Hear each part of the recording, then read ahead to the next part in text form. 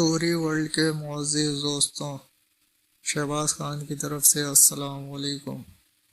میں امید کرتا ہوں آپ سب خیریت سے ہوں گے۔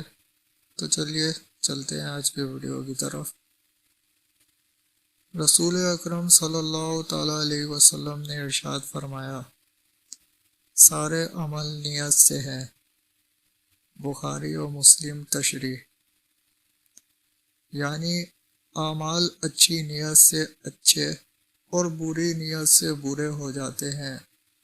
جن کاموں سے شریعت نے روک دیا ہے ان کو تو کسی بھی نیت سے کیا جائے وہ غلط اور ممنوع ہی رہے گے۔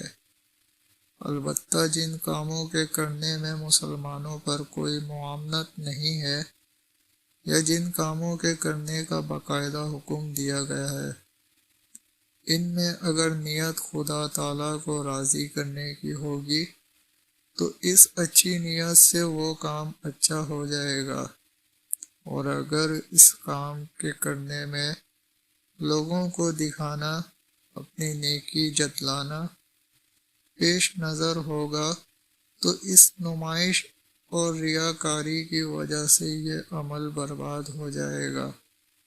مثلاً ایک شخص اپنی نماز اس لیے خوب لمبی پڑھتا ہے کہ دیکھنے والے اسے نیک اور بزرگ سمجھے، تو اس کی یہ نماز اس ریاکاری کی وجہ سے بری ہو جائے گی اور بجائے ثواب کے عذاب کا سبب ہو جائے گی۔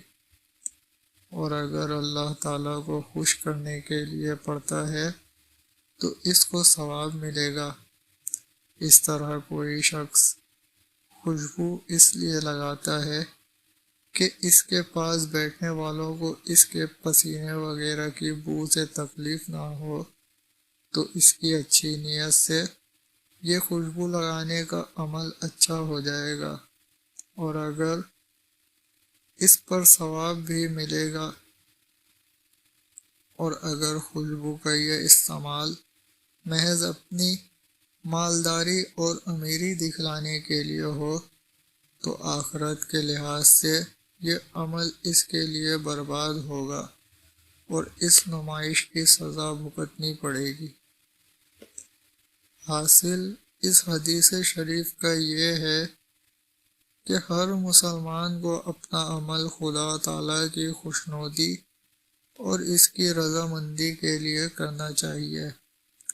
لوگوں کو دکھانے اور ان کے سامنے جتانے سے بچنا چاہیے۔